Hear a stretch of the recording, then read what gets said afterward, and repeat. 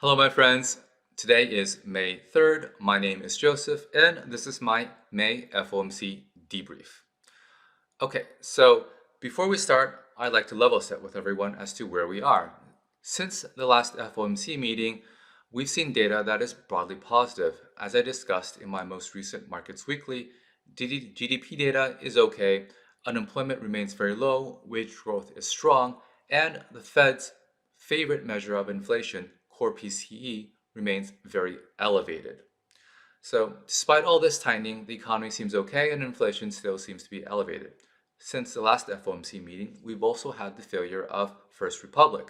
First Republic failed over the weekend and was bought by JP Morgan.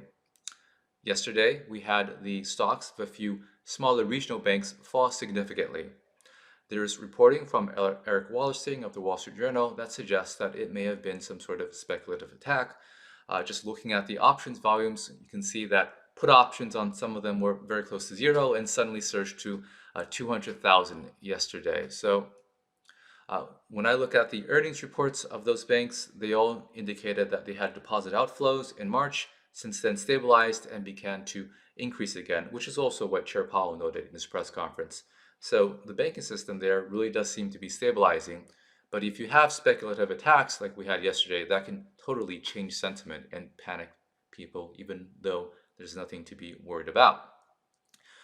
Okay, now today. So today, Chair Powell hiked rates 25 basis points, as was broadly expected by the market. The Fed does not like to surprise the market, so that's never a secret. What the market wants to know now is whether or not this is the last hike and whether or not Powell thinks he's happy with progress. How is he going to guide expectations? And of course, is the Fed going to cut rates later in the year as the market is aggressively pricing? The market is pricing in about 2 to 3 rate cuts by the end of the year. Now, when we look at the FOMC, first we want to start with the FOMC statement. And the way we want to look at this is to compare the current FOMC statement to the last one. So this is a red line done by Nick Timiraos, which is the lead reporter on the Fed.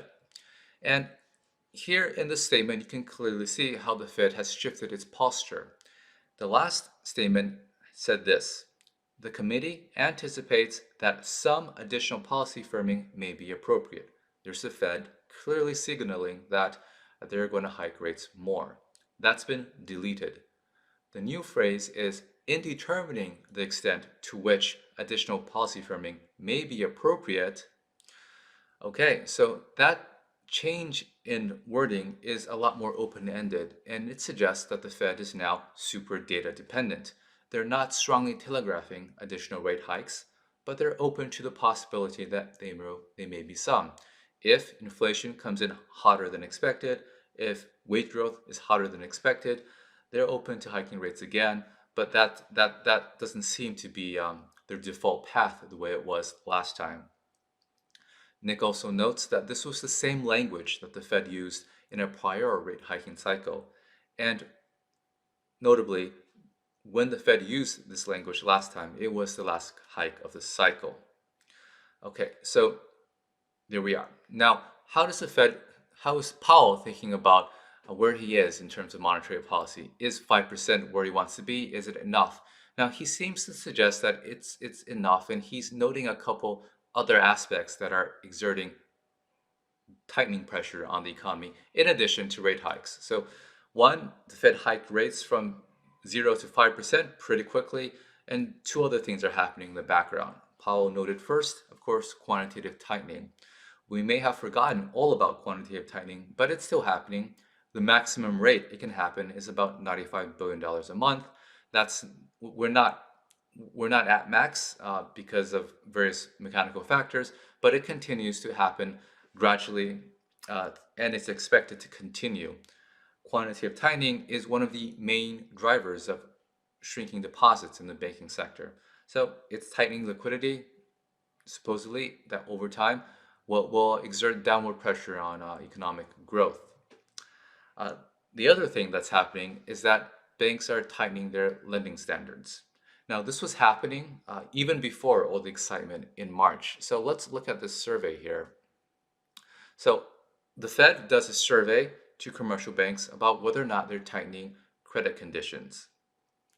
This is really important because when a bank makes a loan, it's creating money.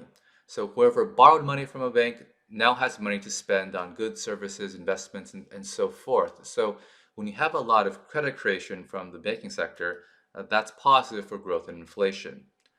Over the past few months, banks have been steadily tightening credit conditions, which we can see in this chart here. And of course, this is totally normal and cyclical. So as we progress in an economic cycle, we're always gradually approaching economic cycle matures, and gradually there's a slowdown and a recession. Totally normal, happens all the time. And as we approach economic slowdowns, banks gradually tighten their lending conditions because they want to protect themselves from defaults. On the borrower side, the same thing happens. As rates go higher, borrowers don't want to pay higher rates, so there's less demand for credit. So over the past few months, again, forgetting anything that happened in March, credit growth has been, the growth in loans and leases by banks has been slowing. It was very high last year. It's now slowing to a more moderate pace. Now, the Fed knows this, but it's also thinking that the excitement in the banking sector might potentially have a further dampening effect on credit creation. You could have smaller banks being more reluctant to make loans because they're scared that everyone would run from them. There could be a panic and then they won't have enough cash to meet withdrawals. They don't want to be in that situation. We don't know how big of an impact the panic in the banking sector is. Again, we have to be very careful. We're seeing prices go up and down. That could be a factor of, let's say, perhaps big hedge funds trying to bully the Fed into cutting rates. After all, small banks are not very liquid and it's really easy to move their price. Or, or the underlying flows in the banking sector, deposit flights could be really stabilizing, as Powell has noted, and as we see actually in the bank's earnings reports. But in any case, that's a negative for economic growth. So that's something that's happening that makes that Powell more comfortable in his current position. One other thing of interest is that although the Fed staff is forecasting a recession later in the year, we know this from the minutes. Powell himself candidly offered his own assessment of the economy, and he doesn't think that's going to happen. He thinks we're going to be in a soft landing. Now, the last thing I'll talk about is the prospect of rate cuts. Again, this is, in my view, the biggest factor that's driving all market pricing. Markets are pricing a fairly aggressive rate cuts later in the year, 2 to 3. The Fed is pretty clear that that's not what they see. So if you're thinking that the Fed is going to cut rates later in the year, that has a lot of asset price implications. Again, the dollar weakens as we've seen, rates go lower as we've seen, and of course, many people will want to get ahead of the rate cutting cycle, thinking that asset prices are going to go to the moon again, and so we see a lot of, I think, equity risk assets going higher. So Powell looks at that, and like many Fed officials, he looks at the difference between market pricing and what the Fed is saying, and he wants to explain it somehow. And market participants are a wide range of people. We don't really know exactly why people do what we do, but we look at price action and we tell a story. The story that Powell is telling is that, well, the market is pricing in rate cuts later because the market thinks that inflation is going to be contained and it's going to go down really quickly, and so the Fed will cut rates. He's saying that that's not my forecast of inflation, and so I don't think rates are going to be cut this year. And he also notes that over the past 2 years, inflation has been persistent, much more persistent than I think the market expects.